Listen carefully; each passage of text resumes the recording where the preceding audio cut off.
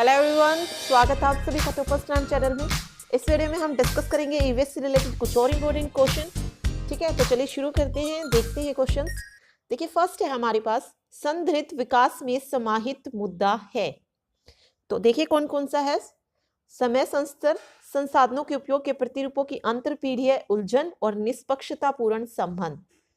ठीक है, तो आंसर होगा उपयुक्त सभी। अगला देखिए, 2011 की जनगणना के अनुसार भारत में कुल शहरी जनसंख्या है। तो भारत में कुल शहरी जनसंख्या है 31.16%। नेक्स्ट देखिए, वर्हित शहरों की समस्या, जो बड़े शहर होते हैं उनकी समस्याएं क्या है? जलापूर्ति, परिवहन, आवास, ये तीनों ही जो हैं ये समस्याएं हैं। जल संरक्षण की महत्वपूर्ण विधि है, इसमें तो जल संरक्षण की महत्वपूर्ण विधि बताना है। जल का पुनर्वितरण, भूमिगत जल का विवेकपूर्ण उपयोग, जल की प्रदूषण से सुरक्षा। ठीक है, तो ये तीनों ही क्या है? जल संरक्षण की महत्वपूर्ण विधि हैं। नेक्स्ट देखिए, संयुक्त राष्ट्र संघ व केंद्र सरकार ने कब स्वच्छ जल वर्ष घोषित किया? तो स्वच्छ जल वर्ष घोषित किया गया 2003 में। ठीक है, विश्व स्तर पर भूजल द्वारा कुल जलापूर्ति होती है। तो विश्व स्तर पर भूजल या भूमि के जल द्वारा कुल कितनी आपूर्ति होती है? 25%।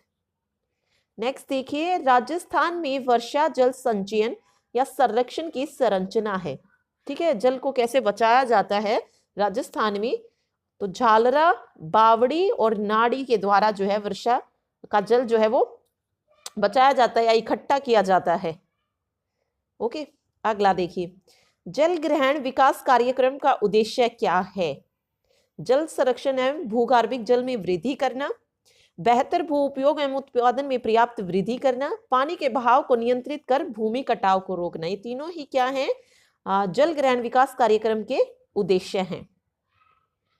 जल ग्रहण विकास कार्यक्रम की बाधा है संवेदनशील पर्यावरण, अशिक्षा के कारण जागरूकता का अभाव, सहभागिता का अभाव एवं स्थानीय राजनीति। ये क्या है? जल ग्रहण विकास कार्यक्रम की बाधाएं हैं। पर्यावरण अवक्रमण का कारण है औद्योगिकीकरण, जनसंख्या की तीव्र वृद्धि और प्राकृतिक संसाधनों का विवेकहीन प्रयोग। अगला देखिए, मनुष्य के लालच का उदाहरण पूछा है। ऊर्जा की अंधाधुंध खपत, प्राकृतिक संसाधनों का निर्मम शोषण और वनों की अनियंत्रित कटाई। ये क्या है? मनुष्य के लालच के उदाहरण है। अगला देखिए, पर्यावरण एवं विकास आयोग की स्थापना की गई। पर्यावरण एवं विकास आयोग की स्थापना की गई 1984 में। अगला है, नगर पारिस्थितिक तंत्र है। नगर पारिस्थितिक तंत्र कैसा है? खुला। नगरों की प्रमुख समस्या क्या है? ऊर्जा आपूर्ति की समस्या, पेयजल आपूर्ति की समस्या, आवास की समस्या। ये तीनों ही क्या है? नगरों की प्रमुख समस्याएं हैं। पीताम्बर पंत राष्ट्रीय पर्यावरण फेलोशिप पुरस्कार कब से प्रदान किया जा रहा है? तो ये पुरस्कार जो है पीताम्बर पंत, ये प्रदान किए जा रहे हैं 1978 से। देखिए नेक्स्ट, ब्रंटलैंड आयोग कब गठित किया गया? ब्रंटलैंड आयोग गठित किया गया था 1983 में, और इसने अपनी रिपोर्ट कब प्रस्तुत की? 1987 में। ठीक है, संधारित विकास शब्द का सर्वप्रथम प्रयोग कब किया गया था? 1980 में।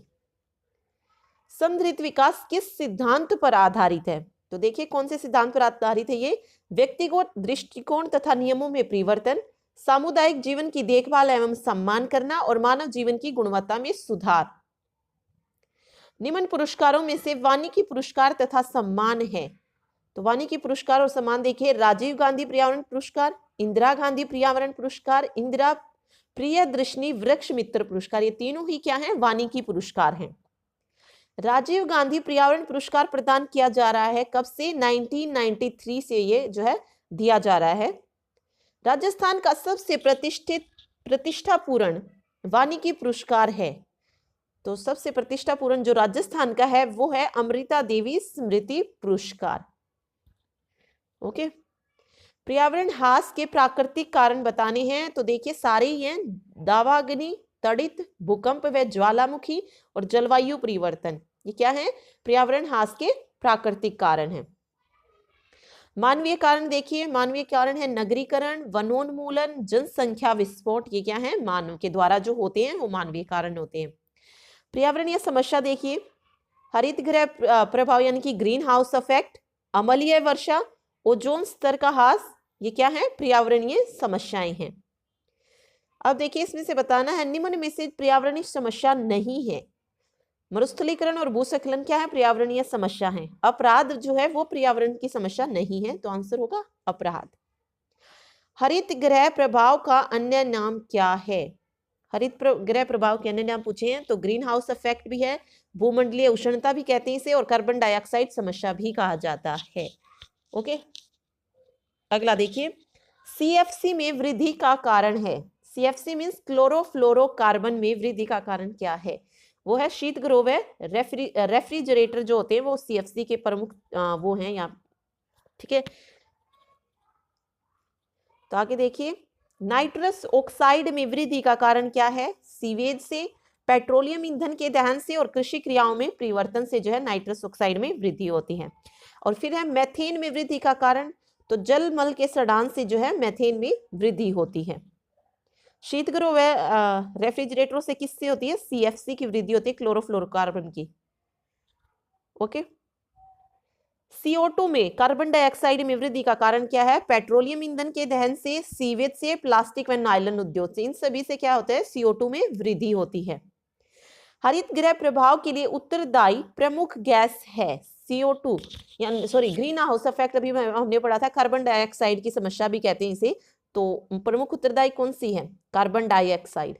ठीक, अगला देखिए, हरित गृह प्रभाव के द्वारा जलवायु में होने वाले परिवर्तन हैं वर्षा के प्रारूप में परिवर्तन, समुद्रों के जल स्तर में वृद्धि और तापमान में वृद्धि।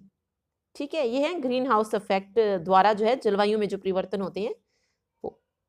सौर ऊर्जा का कौन सा भाग पृथ्वी तक पहुंचता है? तो सौर ऊर्जा का 46% भाग जो है वो पृथ्वी तक पहुंचता है।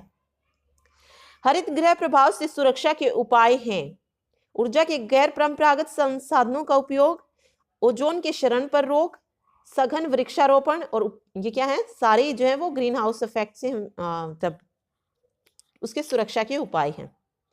शुद्ध प्राकृतिक जल का पीएच कितना होता है? 7 से कम। ठीक है, शुद्ध प्राकृतिक जल के पीएच मान 7 को कहते हैं, उसे कहते हैं उदासीन। जल में अम्ल के घुल जाने पर उसका पीएच मान हो जाता है 7 से कम हो जाता है। जब जल में अम्ल घुल जाता है तो जल के क्षारीय होने पर उसका पीएच मान कितना हो जाएगा? 7 से अधिक हो जाएगा। कोयले व पेट्रोलियम ईंधन के दहन से वायुमंडल में वृद्धि होती है। कोयले और पेट्रोलियम ईंधन के दहन से वायुमंडल में NO2 की यानी कि NO2 की, NO की और SO2 की, इन तीनों की ही वृद्धि होती है। एसिड रेन का नामकरण किया। एसिड रेन का नामकरण किसने किया था? रॉबर्ट एंगस स्मिथ ने। हरित गृह प्रभाव का नाम दिया है जे फोरियर ने। जे फोरियर कौन थे? जे फोरियर जो थे वो फ्रांस के गणितज्ञ थे। हरित गृह प्रभाव का नाम किस वर्ष रखा गया था? 1827 में। हरित गृह गैसें देखिए कौन कौन सी है? CFC, क्लोरोफ्लोरोकार्बन, मेथेन और CO2, ये तीनों ही क्या है? हरित गृह गैसें हैं। सौर्य ऊर्जा का कितना भाग वायुमंडल द्वारा अवशोषित कर लिया जाता है? 19%। ठीक है, सौर विकिरण को पृथ्वी पर रोकने में सहायक गैस कौन सी है? नाइट्रस ऑक्साइड, मीथेन और कार्बन डाइऑक्साइड। उच्च प्रदूषित वातावरण में होने वाली वर्षा के जल का पीएच मान होता है 5। सामान्य प्रदूषित क्षेत्रों में वर्षा जल का पीएच मान कितना होता है? 6.5 से 5.5 तक। अम्ल सदमा कहलाता है। अम्ल सदमा क्या होता है? जल के पीएच मान का अत्यधिक गिर जाना क्या कहलाता है? अम्ल सदमा। ठीक, ओजोन परत द्वारा सूर्य से आने वाली हानिकारक यूवी किरणों का कौन सा भाग अवशोषित कर लिया जाता है? कितना भाग अवशोषित कर लिया जाता है? 99%। सूर्य की पराबैंगनी किरणों का दुष्परिणाम क्या है? शिशु विकृतियां, चमड़ी का जलना और मनुष्य में कैंसर, ये तीनों ही क्या है? पराबैंगनी किरणों के दुष्परिणाम है। ओजोन परत में छिद्र होने के मुख्य कारण कौन से हैं? क्लोरोफ्लोरोकार्बन, कार्बन डाइऑक्साइड और मीथेन। ओजोन सुरक्षा दिवस प्रतिवर्ष मनाया जाता है, ये इंपॉर्टेंट क्वेश्चन है। ओजोन सुरक्षा दिवस मनाया जाता है प्रतिवर्ष 16 सितंबर को, या ओजोन दिवस कह लीजिए सिर्फ इसे। अंतरराष्ट्रीय ओजोन दिवस भी 16 सितंबर को। डोप्सन क्या है? तो डोप्सन है ओजोन की सांद्रता इकाई, ठीक है। या फिर ये पूछ ले कि ओजोन परत की मोटाई मापने के लिए कौन सी इकाई यूज करते हैं, तो वो है डॉप्सन इकाई, ऐसे भी पूछ सकते हैं आपसे। अम्लीय जल का प्रभाव है स्टोन कैंसर की समस्या, मृदा की उर्वरता में गिरावट, त्वचा रोग व एलर्जी, तीनों ही क्या है? अम्लीय जल के प्रभाव हैं। अम्ल वर्षा के दुष्प्रभावों को रोकने के उपाय देखिए। उपभोक्तावादी दृष्टिकोण में परिवर्तन, वृक्षारोपण को बढ़ावा, प्राकृतिक ईंधन का कम उपयोग, ठीक है। अगला देखिए, ओजोन स्वरूप है O3, किसका स्वरूप है ये? ऑक्सीजन का, ठीक है। वर्तमान में ओजोन सांद्रता की इकाई डॉप्सन है 185, ठीक। नाभिकीय दुर्घटना व रेडियोधर्मिता का दुष्प्रभाव है शिशु विकलांगता में वृद्धि, पृथ्वी के तापमान में 10 से 40 डिग्री सेल्सियस की वृद्धि और पौधों में कार्बन के जटिल यौगिकों का निर्माण। ओके। रेडियोधर्मी प्रदूषण के बचाव का तरीका देखिए। ऊर्जा के व्यय में कमी, संयंत्रों के रखरखाव का गंभीरता से क्रियान्वयन, बमों के निर्माण तथा विस्फोट पर पूर्णतः रोक। अगला है जल संरक्षण का उपाय, जल के प्राकृतिक स्रोतों का संरक्षण, जल के अपव्यय पर रोक, ओके, और जल प्रदूषण पर प्रभावी रोक, ये क्या है? जल संरक्षण के उपाय हैं। क्योटो प्रोटोकॉल, यहाँ पे क्योटो आएगा। क्योटो प्रोटोकॉल के अनुसार कब तक ग्रीन हाउस गैसों में कमी का प्रस्ताव है? तो आंसर है 2012 तक था। भूस्खलन से प्रभावित राज्य हैं उत्तरांचल। भारत में चक्रवात से प्रभावित राज्य कौन से हैं? उस तरफ आते हैं ये, पश्चिम बंगाल, गुजरात और उड़ीसा की तरफ, ठीक है। तो आंसर ये सभी। जल प्रदूषण को रोकने के लिए भौतिक रासायनिक विधि कौन सी है? क्लोनीकरण, ओजोनीकरण और आयन विनिमय। जल संरक्षण की महत्वपूर्ण विधि, भूमिगत जल का विवेकपूर्ण प्रयोग, अपशिष्ट जल का शोधन और जल की उचित वितरण व्यवस्था। वायुमंडल के किस भाग में ओजोन गैस पाई जाती है? ये पाई जाती है समताप मंडल में, ठीक है। जो सेकंड नंबर की होती है, सबसे नीचे होती है शोभ मंडल, फिर समताप होती है, फिर मध्य होती है, फिर आयन होती है और फिर बहिर्मंडल होती है। तो ये सेकंड स्टेज पे पाया जाता है समताप मंडल पे ओजोन गैस। अगला देखिए, राजस्थान में उपलब्ध भूमि का कौन सा भाग व्यर्थ भूमि है? तो 1/5 यानी कि 1/5 जो पार्ट है वो क्या है? व्यर्थ भूमि है। पर्यावरण अधिनियम कब पारित हुआ? पर्यावरण अधिनियम पारित हुआ 1986 में। वायु प्रदूषण नियंत्रण व निवारण अधिनियम पारित हुआ 1981 में। जल प्रदूषण नियंत्रण व निवारण अधिनियम जो है पारित हुआ 1974 में। वन्य जीव संरक्षण अधिनियम, ये बहुत इंपॉर्टेंट है, ये बहुत बार पूछा गया है ये क्वेश्चन, तो इसे जरूर याद रखिए। वन्य जीव संरक्षण अधिनियम 1972 में पारित हुआ। वन संरक्षण अधिनियम पारित हुआ 1980 में।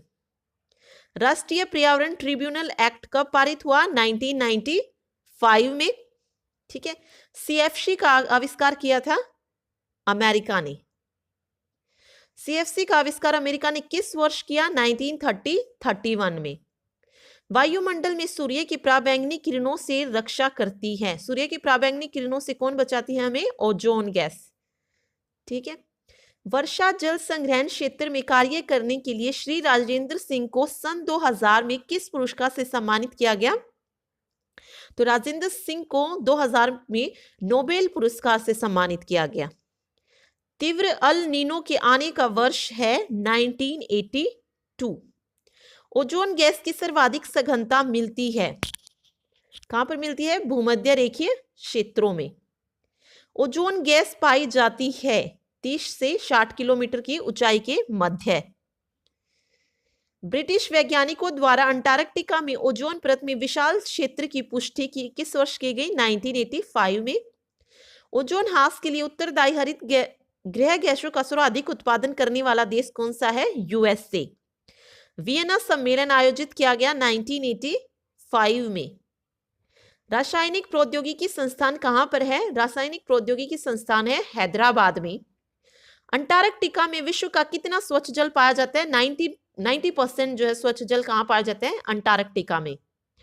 चेरनोबिल दुर्घटना हुई, ये हमने पहले भी पढ़ा है। चेरनोबिल दुर्घटना हुई थी रूस में, ठीक है। पर्यावरणीय शिक्षा का उद्देश्य है सहभागिता, पर्यावरणीय दृष्टिकोण विकसित करना, संचेतना। ये तीनों ही क्या है, पर्यावरणीय शिक्षा के उद्देश्य हैं। निम्नलिखित में से परमाणु स्टेशन है, ये तीनों ही परमाणु स्टेशन है भारत में, तारापुर, रावत भाटा और कलपक्कम। इनकी जगह जरूर याद रखिए, जैसे रावत भाटा परमाणु स्टेशन कहां पर है, ये चित्तौड़गढ़ में है। ठीक है। पर्यावरण के घटक देखिए कौन कौन से है, प्राकृतिक, वनस्पति, जलवायु और उच्चावच, तीनों ही क्या है, पर्यावरण के घटक हैं।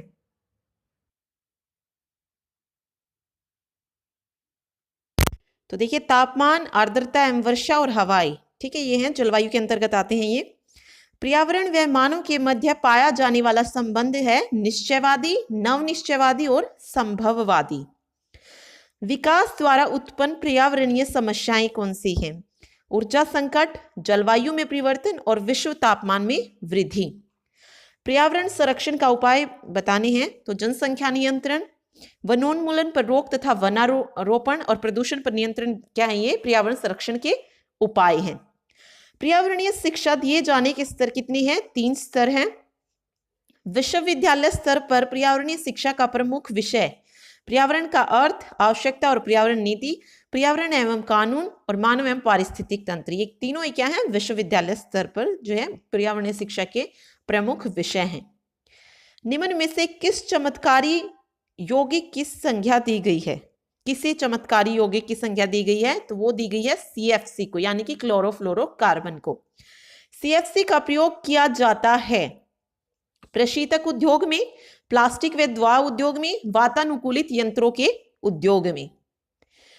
अंटार्कटिका की स्थिति बतानी है तो अंटार्कटिका की स्थिति है 66.5 डिग्री दक्षिणी अक्षांश। नेशनल सेंटर फॉर अंटार्कटिका स्थित है गोवा में। चेरनोबिल दुर्घटना हुई थी 26 अप्रैल 1986 को, कहां पर हुई थी? ये रूस में हुई थी। अगला देखिए, पीएच मापने का संबंध है।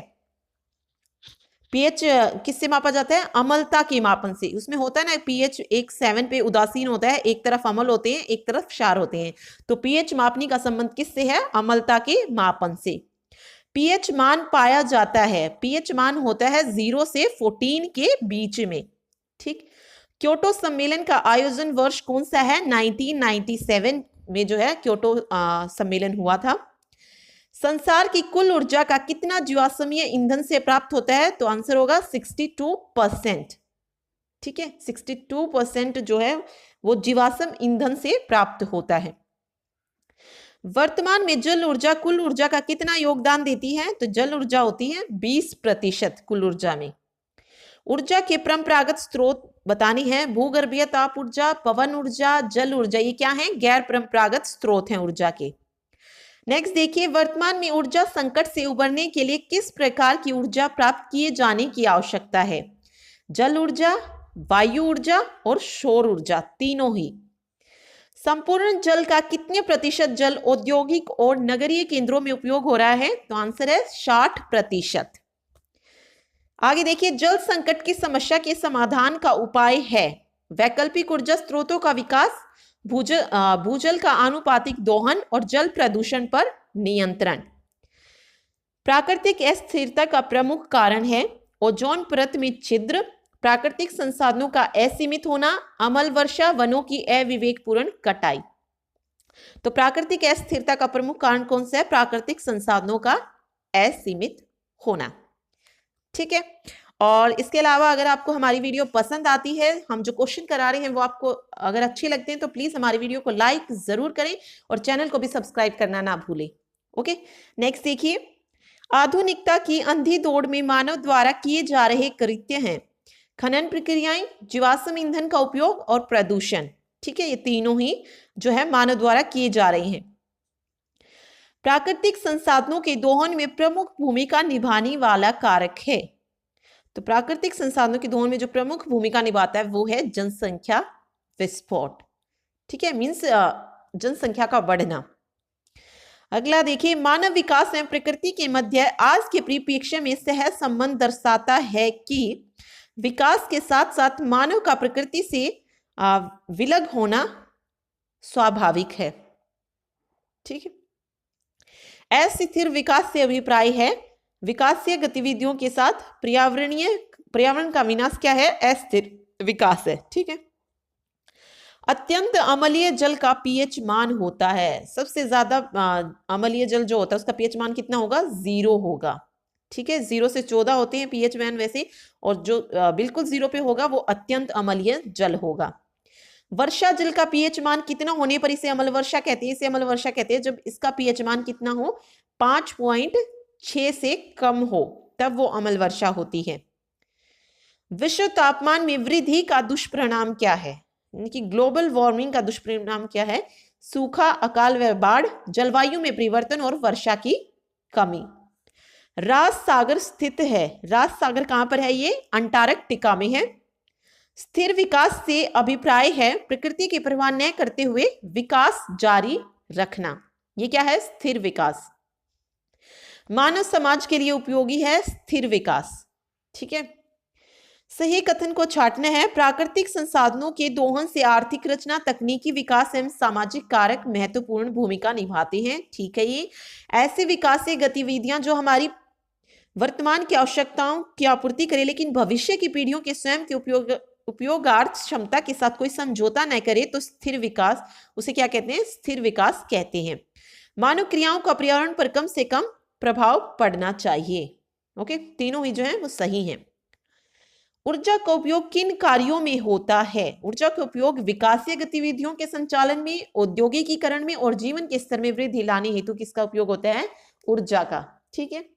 ऊर्जा की मांग में वृद्धि के प्रमुख कारण है शहरीकरण, जनसंख्या विस्फोट, पारंपरिक ऊर्जा स्रोतों के भंडार में कमी।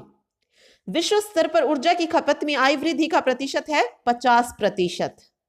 बायोमास ईंधन हो सकता है गैसीय, तरल और ठोस, दो तरह का। ऊर्जा प्राप्ति का सबसे उचित साधन माना गया है जैव भार ऊर्जा। निम्नलिखित में से सबसे हानिकारक प्रभाव छोड़ने की क्षमता वाला ऊर्जा का स्रोत है नाभिकीय ऊर्जा। सन 2014 के अंत तक विश्व में नगरों में वास करने वाले लोगों का प्रतिशत है 54%। ऊर्जा की अनुपलब्धता से प्रभावित होने वाले क्षेत्र हैं संचार एवं तकनीकी, चिकित्सीय सुविधाएं और जल आपूर्ति। सही कथन को चुनना है। यहाँ पे समाप्य प्रकार की ऊर्जा के संसाधनों का प्रयोग शहरों की अपेक्षा गांवों से अधिक प्रभाव पड़ता है, ये गलत है। प्राकृतिक गैस नवीकरणीय संसाधन है? नहीं। नवीकरणीय संसाधनों के उपयोग से वातावरण पर प्रतिकूल प्रभाव पड़ता है, ये सही है। वह क्षेत्र जिसमें जल की आवक एक दूसरे से जुड़ी हुई है, एक या अधिक नदियों के द्वारा होती है, विकास किसी निश्चित स्थान से होता है, क्या कहते हैं? जल ग्रहण क्षेत्र। राजस्थान में प्रयोग आने वाले जल संरक्षण के पारंपरिक स्रोत कौन से हैं? झीलें व टोबा, नाड़ी, नाड़ा व झालरा, बावड़ी व तालाब। ठीक है, जल संरक्षण के पारंपरिक स्रोत हैं। भूजल स्तर को ऊपर उठाने के उपाय हैं तालाबों में जलाशयों की मिट्टी निकालकर इन्हें गहरा करना, वर्षा जल को रोके जाने के प्रयास, घरों की छतों से वर्षा जल को सॉकपिट में उतार कर। ठीक। बरसाती जल के बहाव की दिशा में परिवर्तन के प्रमुख कारण है खुले स्थानों पर नवीन कॉलोनियों का विकास। ठीक है, नवीन कॉलोनी का विकास। निम्न में सबसे कम मात्रा में नाभिकीय ऊर्जा का प्रयोग करने वाला देश कौन सा है? वो है भारत, जहां पे सबसे कम मात्रा में नाभिकीय ऊर्जा का प्रयोग किया जाता है। अनवीकरणीय संसाधनों में शामिल है पेट्रोलियम उत्पाद। अनवीकरणीय संसाधनों के प्रयोग का परिणाम है ओजोन छिद्र। वो कैसे संसाधनों के प्रयोग का परिणाम है? अनवीकरणीय संसाधनों के प्रयोग का परिणाम है। जल संरक्षण हेतु आवश्यक है जनसंख्या पर नियंत्रण, वनों के विनाश पर नियंत्रण और जल का न्यायोचित दोहन। ठीक है, इनके द्वारा क्या, इन पे कंट्रोल करके क्या हम जल को बचा सकते हैं। वनों के प्रमुख कार्य हैं खनन प्रक्रिया में सहायक और वाष्पीकरण को रोकने में सहायक। तो ये है वनों के प्रमुख कार्य। ठीक, सॉरी नहीं, वनों के प्रमुख कार्य हैं जल का संरक्षण और वाष्पीकरण को रोकने में सहायक। ये नहीं होता है, खनन प्रक्रिया में सहायक नहीं है। ओके। जल की समस्या से छुटकारा पाने के लिए आवश्यक है अपशिष्ट जल का पुनःचक्रण और जल शोधन विधियों का विकास।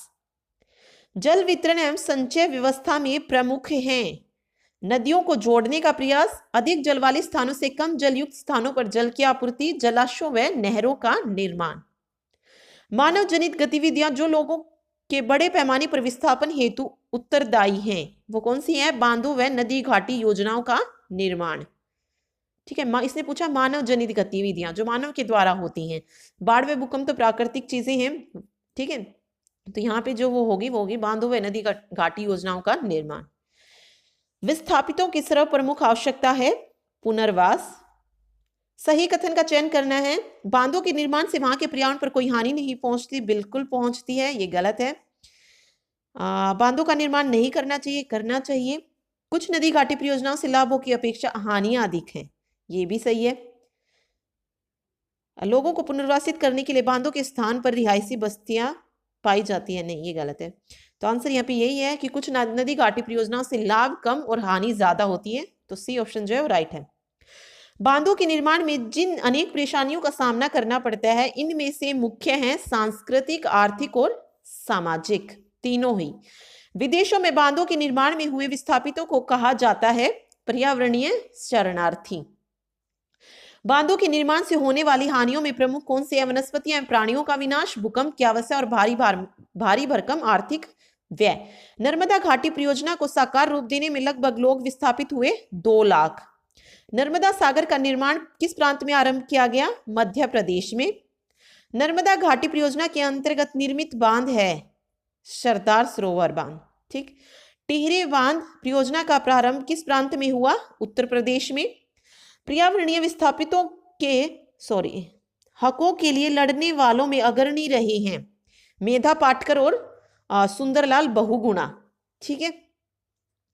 वातावरणीय प्रबंधन में शामिल है जनसंख्या नियंत्रण, वानिकी, स्वच्छता व भूमि का उचित प्रयोग। पर्यावरण विज्ञान के अध्ययन हेतु अन्य विषयों का ज्ञान भी आवश्यक है। किस किस का? समाज शास्त्र, भूगोल शास्त्र, रसायन शास्त्र, तीनों का ही। तो आंसर होगा ये सभी। परिष्कृत सिंचाई विधियों में प्रमुख है बूंद बूंद सिंचाई, ठीक है। नेक्स्ट देखिए, अपशिष्ट जल को उपचारित कर पुनः प्रयोग करने की विधि को क्या कहते हैं? पुनर्चक्रण कहा जाता है इसे। पर्यावरण की धारा 48A में प्रावधान है राज्यों को पर्यावरण सुरक्षा व रख रखाव का जिम्मा। 1976 में भारतीय संविधान में शामिल पर्यावरण से संबंधित धारा कौन सी है? 51AG, ठीक है, बी ऑप्शन। सही कथन को चुनिए। मानव ने सदैव ये पृथ्वी के संतुलन को बिगाड़ा है, बिल्कुल सही है। किसी भी प्राकृतिक वास्तन के प्रमुख घटक जल, वायु एवं मृदा है, तो आंसर दोनों ही सही हैं। वातावरणीय नैतिकता का अर्थ है मानव पर्यावरण के साथ श्रेष्ठ व्यवहार प्रदर्शित करने का ज्ञान। सही कथन को चुनना है। वैदिक काल से ही मानव प्रकृति के साथ सामंजस्य बिठाकर कार्य करता था।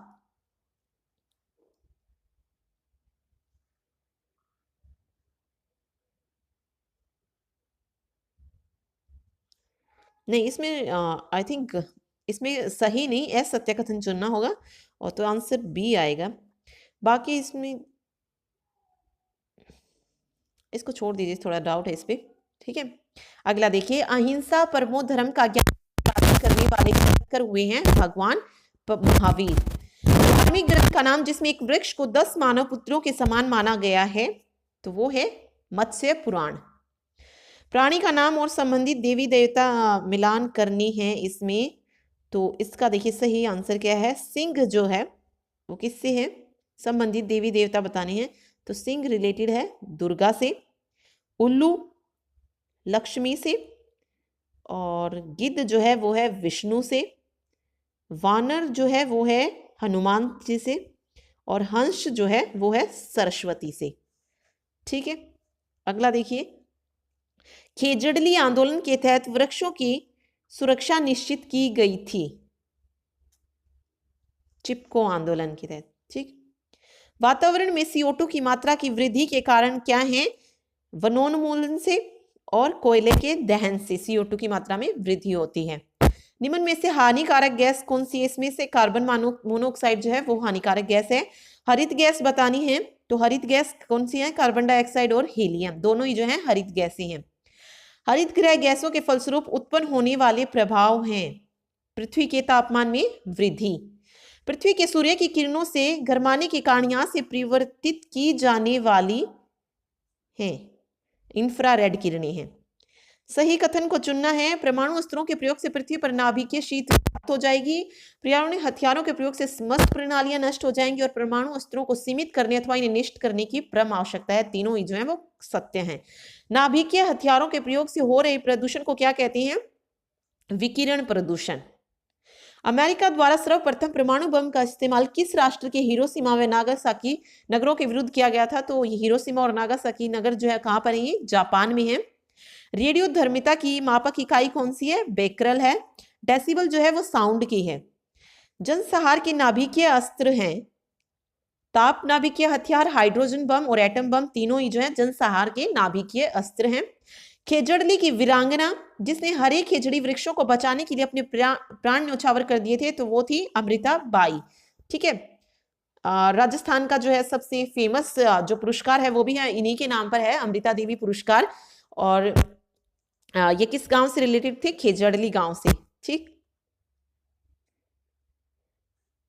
अगला देखिए, सही कथन का चयन करना है। मानव द्वारा प्रयुक्त कीटनाशकों से भूमि दूषित हुई है, पर्यावरण की स्वच्छता मानव गतिविधियों पर आश्रित है, मानव ने प्रकृति को अपने रूप ढालने के लिए विवेकहीन प्रयत्न किए हैं। बिल्कुल सही है। सही कथन को चुनिए। तो देखिए, अल नीनो प्रभाव से मृदा प्रदूषण में वृद्धि होती है, ये रॉन्ग है। मानव गतिविधियों से ऋतुओं की समय अवधि में परिवर्तन हुए हैं, ये भी सही है। प्रदूषण में अन्य मानव क्रियाओं के फलस्वरूप पृथ्वी के तापमान में कमी आई है, ये गलत है। ठीक है, ये भी गलत है। सही यही है कि मानव गतिविधियों से जो है ऋतुओं की समय अवधि में परिवर्तन हुए हैं। विकिरण से दुष्प्रभाव से होने वाले रोग हैं बालों का पूरा ही गिर जाना, आंखों का अंधापन, त्वचा व लंग कैंसर, ये तीनों ही जो है विकिरण के दुष्प्रभाव से होने वाले रोग हैं। सही कथन चुनना है। तो विकिरण से उत्पन्न हुए प्रभावों का आकलन किया जा सकता है। चेरनोबिल दुर्घटना से सर्वाधिक प्रभावित होने वाले कौन से देश हैं? कहाँ हुई थी ये?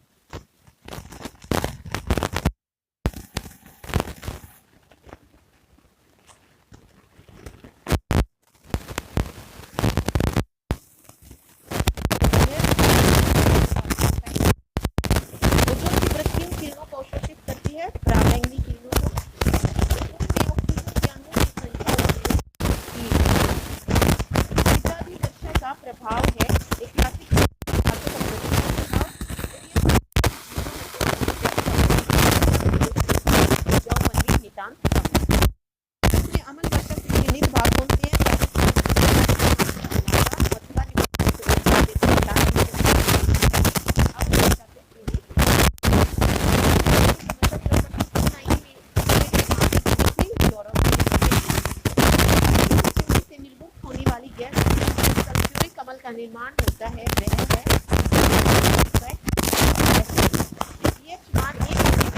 प्रकृति कैसी होगी?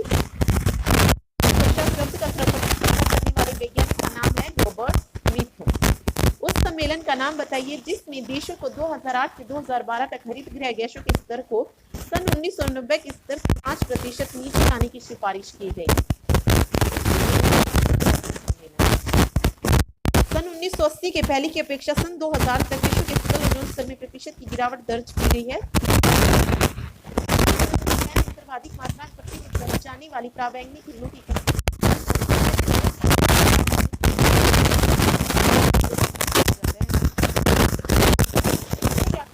बचाव के उपायों में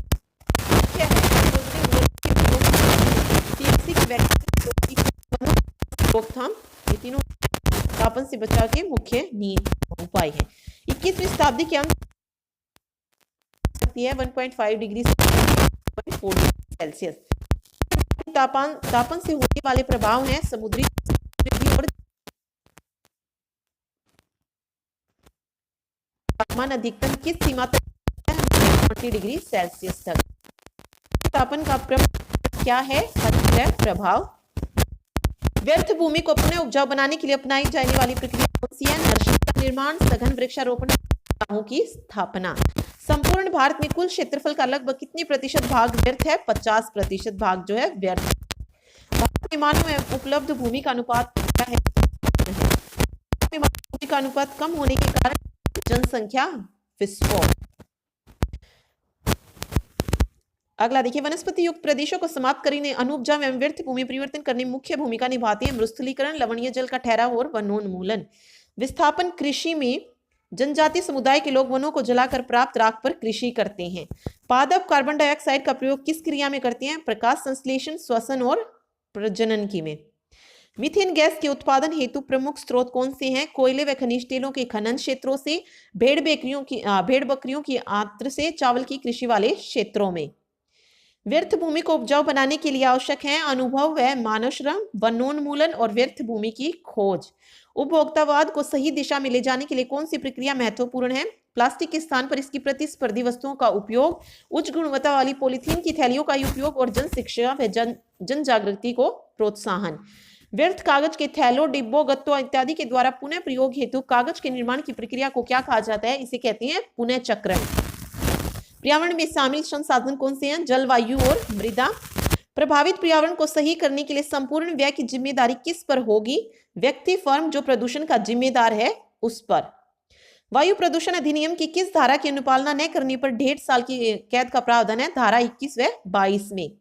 वायु प्रदूषण को नियंत्रित करने के लिए राज्य बोर्ड द्वारा किया जाने वाला कार्य है राज्य सरकार को वायु प्रदूषण की रोकथाम के सुझाव देना। वायु प्रदूषण निवारण एवं नियंत्रण अधिनियम के अनुसार वायु में उपस्थित प्रदूषक को क्या कहा जाता है? वायु प्रदूषण। जल प्रदूषण अधिनियम के कार्य देखिए, नए उद्योगों की जांच कर उन पर कर लगाने की सिफारिश करना, स्वच्छ जलीय स्रोतों में प्रवेशों को वर्जित करना और जल की गुणवत्ता को खराब करने वाले हानिकारक प्रदूषकों के उपयोग को निषिद्ध करना। ये क्या है? जल प्रदूषण अधिनियम के कार्य हैं। जल प्रदूषण निवारण बोर्ड की अनुशंसा के अनुसार जल का पीएच मान कितना होना चाहिए? 5.5 से 9.0 तक। जल प्रदूषण निवारण बोर्ड द्वारा तय किए गए मानकों के अनुरूप जल में क्लोरीन की अधिकतम मात्रा कितनी हो सकती है? 0.5 mg पर लीटर। वन्यजीव सुरक्षा अधिनियम 1972 में वन्यजीव सुरक्षा अधिनियम का प्रमुख उद्देश्य क्या है? वन्य प्राणियों, पादपों व पक्षियों की सुरक्षा है। वन्यजीव सुरक्षा अधिनियम को संशोधित किए जाने के वर्ष है 1982, 1991 और 2002।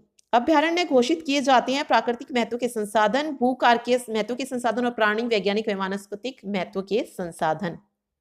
अगला देखिए, वन्यजीव सुरक्षा अधिनियम की किस धारा में जंतुओं को पकड़ना व इनका क्रय विक्रय कानूनी अपराध है? तो ये है उपखंड 2 के खंड 44 में। वनों का प्रमुख कार्य क्या है? जैव भू रासायनिक चक्रों का नियमन, जल व मृदा का संरक्षण और बाढ़ से बचाव, ये क्या है? वनों के प्रमुख कार्य हैं। मानव, अन्य जैविक तत्वों व सूक्ष्म जीवों तथा जल, वायु व मृदा के मध्य अनोन्य क्रिया को क्या कहा जाता है? इसे कहते हैं पर्यावरण। पर्यावरण को क्षति पहुंचाने वाले तत्वों को क्या कहते हैं? पर्यावरण प्रदूषक कहा जाता है। पर्यावरण संरक्षण अधिनियम 1986 में मानव की किस क्रिया द्वारा वनों का विनाश हुआ है? शहरीकरण और औद्योगिकीकरण द्वारा ही जो है वनों का विनाश हुआ है। वन अधिनियम 1927 का प्रमुख लक्ष्य है वनों की सुरक्षा, वनों का प्रबंधीकरण और मवेशियों की चरने संबंधी गतिविधियों पर अंकुश। ठीक है, आई थिंक 1927 1972 आएगा। वन अधिनियम 1972 का प्रमुख लक्ष्य है। पर्यावरणीय कानून को लागू करने में प्रमुख बाधाएं हैं आर्थिक समस्याएं और धार्मिक अवधारणाएं। पर्यावरण की सुरक्षा के लिए नियम जिनका पालन करना आवश्यक है: जन चेतना व जन भागीदारी, जनसंख्या की तीव्र वृद्धि पर रोक और आस्थाओं को नदी में प्रवाहित करने की अनुपालना। पर्यावरण सुरक्षा की महंगी तकनीक क्या है? म्युनिसिपल कचरा का प्रबंधन, जल का शुद्धिकरण और पुनर्चक्रण क्या है? महंगी तकनीक है। सही कथन का चयन करना है, तो उपयुक्त सारे कथन ही सही हैं। कौन कौन से देखिए, पर्यावरण कायदे व कानून के क्रियान्वयन में बाधा आने का कारण अशिक्षा है। पर्यावरणीय असंतुलन का एक कारण अशिक्षा है। उचित ज्ञान के द्वारा पर्यावरणीय सुरक्षा सुनिश्चित करें। तीनों ही जो है वो बिल्कुल सही है। पर्यावरणीय जन जागृति का मुख्य उद्देश्य है पर्यावरण का ध्यान रखते हुए आर्थिक एवं सामाजिक विकास सुनिश्चित करना, सघन वृक्षारोपण के लाभों से जनमानस को अवगत कराना और पर्यावरणीय घटकों की सकल जानकारी करवाना। अंतरराष्ट्रीय स्तर पर कार्यरत पर्यावरण सुरक्षा हेतु कार्यरत संस्थाएं कार्यक्रम हैं: मैब कार्यक्रम, IBP कार्यक्रम और WWF। ठीक है, ये अंतरराष्ट्रीय स्तर पर पर्यावरणीय सुरक्षा हेतु कार्यरत संस्थाएं हैं या कार्यक्रम है। पर्यावरणीय सुरक्षा हेतु उत्तरदायी अंतरराष्ट्रीय समझौते या सम्मेलन है CBD और साइट्स, दोनों ही जो है पर्यावरण से रिलेटेड है ये। नेक्स्ट देखिए, लास्ट क्वेश्चन है, पर्यावरण चेतना जनमानस में नैतिकता का भाव उत्पन्न करती है, कथन किसका है ये कथन है विलियम के रोली का। ठीक है, तो इस वीडियो में हमने डिस्कस किए हैं I think 150 plus question. Hope so आपको वीडियो पसंद आई होगी। Thank you so much.